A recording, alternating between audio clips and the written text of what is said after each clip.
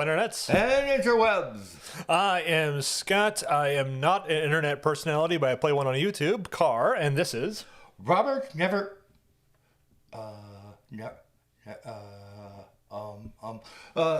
don't stop believing. That was an unexpected journey, James. That took you a while. You can tell this is unscripted. Although I prefer to call this Two Guys Who Talk About Movies. Which is also unscripted and mostly harmless. And today we have a hell of a movie, a current movie, a movie that is playing in your living room right now. Streaming live from Netflix, at least. I don't think it's on any other streaming service. I think it's Netflix exclusive. Yep. Okay. Yep, And that movie, of course, is Tremors, Shrieker Island. Yes. The seventh movie in the series, for those counting. I personally am a big Tremors fan. I have seen all the films up to this point. I have not seen the TV show. They did have a TV show, right? I believe back in the 90s or early 2000s. I have not seen that, but I've seen every film up to this now. And now we've seen the most recent. How about yourself? I am into anything with giant worms underground. I've always been a Tremors fan. Just the fact how they've kept the consistency between films, for one thing. Although I think you did miss the last two before this. We were talking about it. I didn't even the last one. I missed it, which is why I wanted to do this. I know we just did an unscripted last week, but I wanted to do this to make sure that people were aware of that, so they don't do what I did and miss this with that. So this is an unscheduled unscripted. And mostly harmless. And mostly unharmless. Holy crap. We're just confusing ourselves now. Right. Speaking about harm, we are going to spoil the absolute crap out of this movie. We're going to try not to. We'll try to get at least the first half spoiler-free, and then we're going to warn you when we get to the spoilers, and then we're going to go heavy into spoiler territory at that point. But right now, spoiler-free. We're not going to give away too much. I shouldn't say the part at the end where... Yeah, you shouldn't say that part. So first off, for those who are unaware, Tremors is a series of horror films about underground worms, of all things, hence the title Tremors. Although they do have a few other creatures that they've introduced throughout the series. Like I said, this is the seventh film in the series. They have Tremors, Tremors 2, Tremors 3 Back to Perfection. Oh, actually, I think Tremors 2 had the Aftershocks. Tremors 2 Aftershocks. Tremors 3 Back to Perfection. Tremors 4 was the prequel. My favorite out of all of them. I can't remember the title, the subtitle on that one. Then Tremors 5 was Tremors Bloodlines. This is where they dropped the numbers. Then they had Tremors A Cold Day in Hell, and now Tremors Shrieker Island. I would put this one up with my current favorite, which is 4.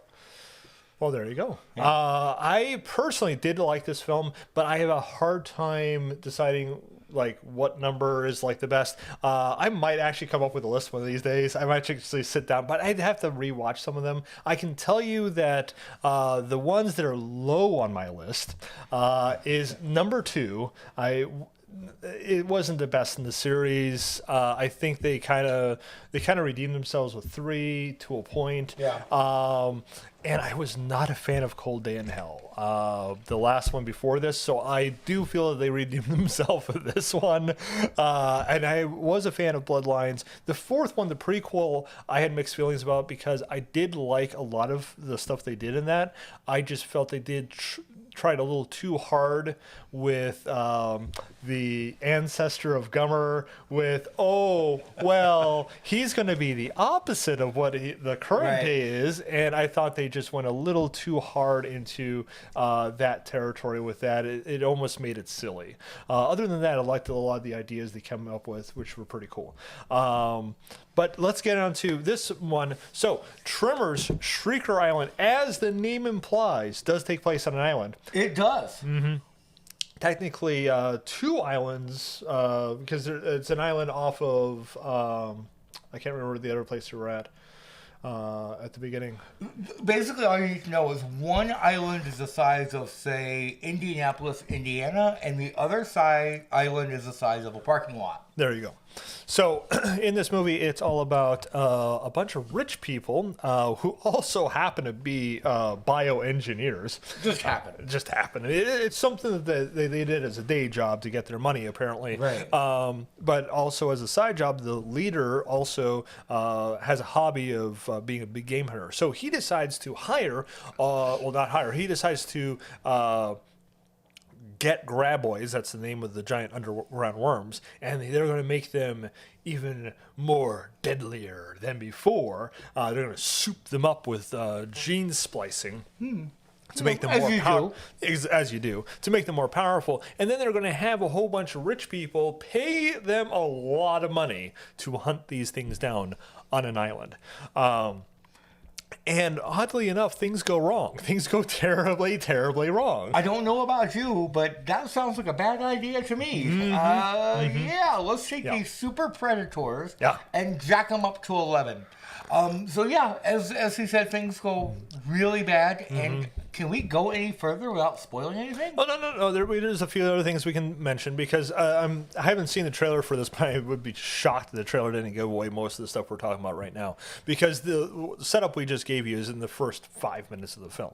And in the next 10 minutes after that, big shock, things have gone slightly wrong, as in other people who are trying to figure out what these guys are up to have one of their own killed by something, but they don't know what.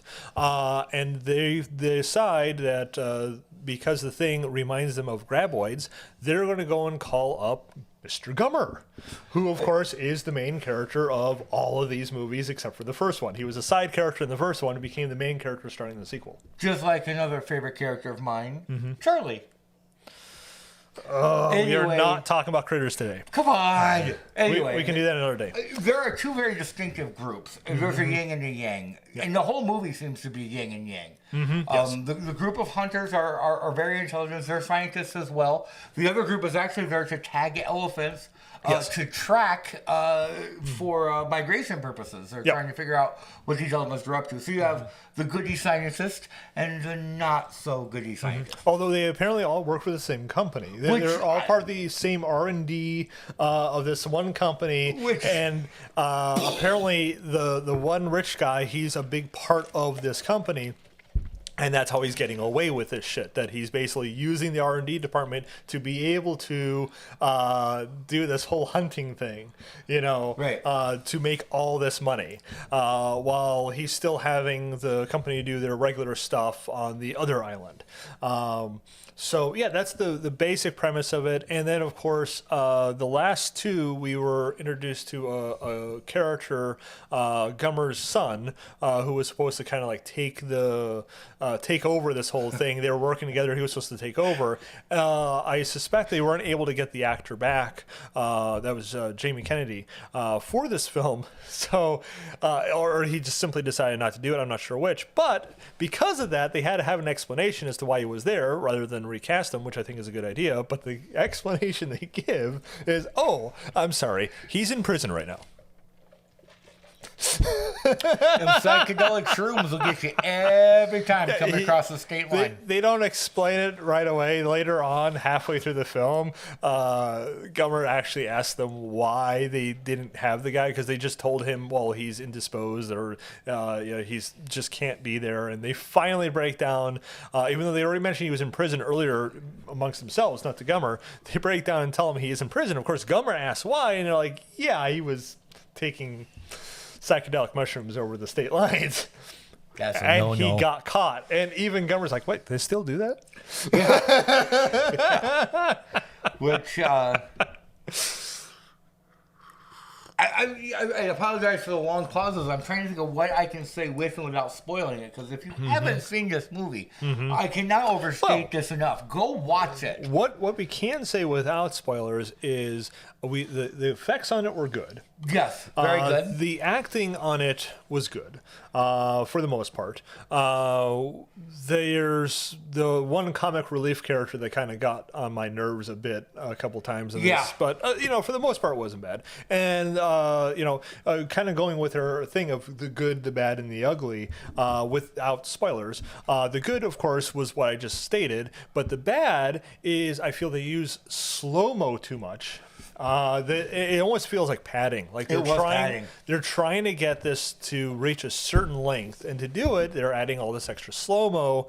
And it really slows down the action sequences. At the end, too. So that's the worst place to do it. Yeah, exactly. The climax gets slowed down a lot. The climax is not very long if you don't have the slow-mo.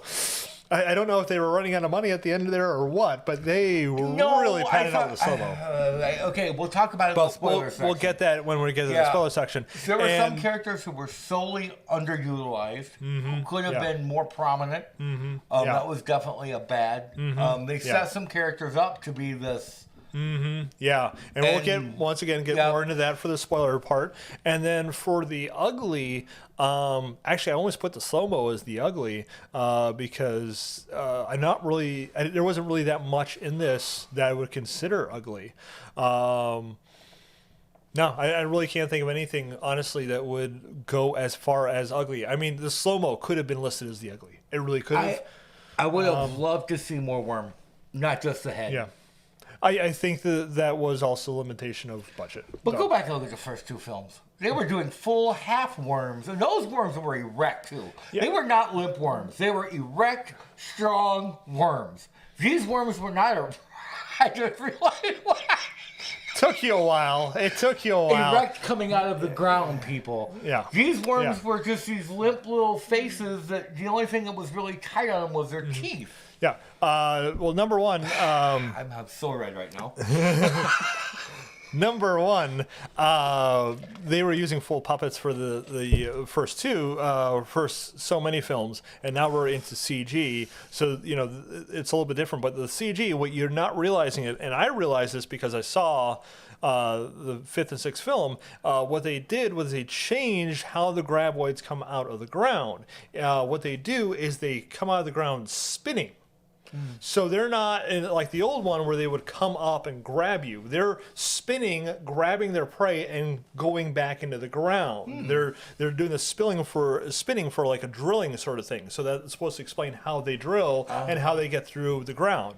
They completely redesigned them. They changed my worms. So they did. So for this one, you keep seeing just them coming out of the ground doing the spinning motion, but the problem is they're cutting it short, and that's why to you it looked like a limp worm, as you were putting it. I don't like limp worms. I like my worms nice and stiff. Thank you.